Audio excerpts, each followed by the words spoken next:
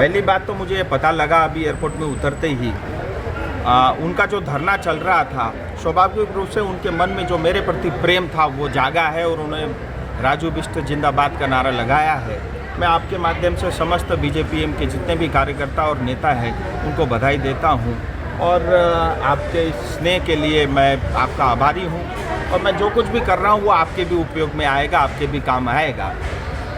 दूसरी बात, जहां तक ये धरना मुझे एक तरह से ड्रामा लगता है, 2-3 कारण हो सकते हैं।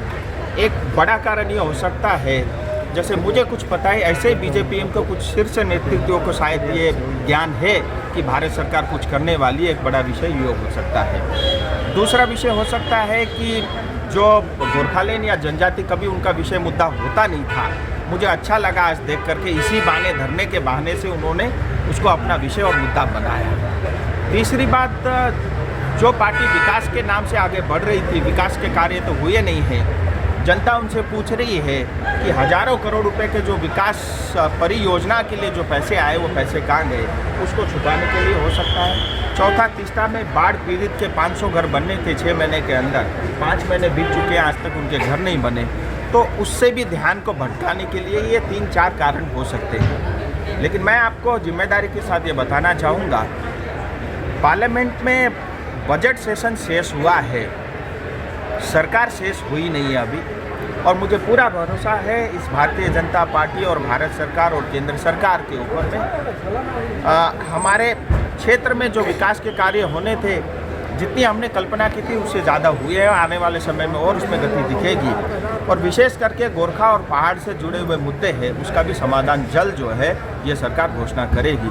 मुझे लगता है इन्हीं कारणों की वजह से शायद उनको कुछ हिंट मिला हो, इसलिए भी कर सकते हैं, क्योंकि हमारे यहाँ मैंने देखा है काम हो ना हो उससे पहले क्रेडिट लेने वाले बहुत उतर जाते हैं सड़क पर। तो मुझे लगता है इस बार हम सब बेसिकली जो गोरखा अपने परिचय के लिए पीड़ित है, शोषित है, वंचित है, मुझे लगता है ऐसे मुद्दों की राजनीतिकरण ना करना, मुझे लगता है वो ज़्यादा उचित है। और एक बात अनिता जी का दावा है कि इस बार बीजेपीएम और तृणमूल मिलकर ही दार्जिलिंग लोकसभा ये जो चुनाव है जीतेगी। उनका दावा पिछले 15 साल से है, आज तक पूरा हुआ क्या?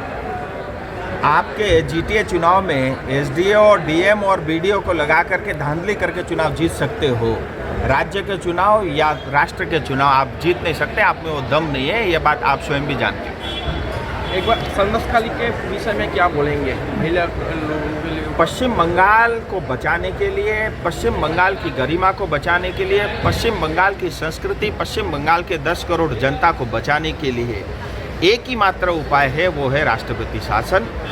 गवर्नर जितना डिले करेंगे राष्ट्रपति शासन की मांग को लेकर के, मुझे लगता है जनता को उतना कष्ट हो रहा है। ये सरकार ऐसी संवेदनशीलहीन सरकार है जो पद पे बैठने के लिए उपयुक्त नहीं है। इस सरकार के कारण पश्चिम बंगाल कंगाल बना है। इस सरकार के कारण पश्चिम बंगाल की जनता को पीड़ा हुई है। इस सरकार के कारण महिलाएं और हमारी बहन बेटियों के साथ अन्य अत्याचार हुआ है। ऐसी सरकार रहने के बिल्कुल भी लायक नहीं है। जल्द से जल्द राष्ट्रपति शासन लगे और राष्ट्रपति शासन लगने से पश्चिम बंगाल की जनता खुशी खुशी 10 करोड़ जनता भारतीय जनता पार्टी को, केंद्र सरकार को वोट देगी। मैं मांग करता हूं, एकमात्र उपाय है राष्ट्रपति शासन लगाओ, इनको कुर्सी से हटाओ, पश्चिम बंगाल बचाओ।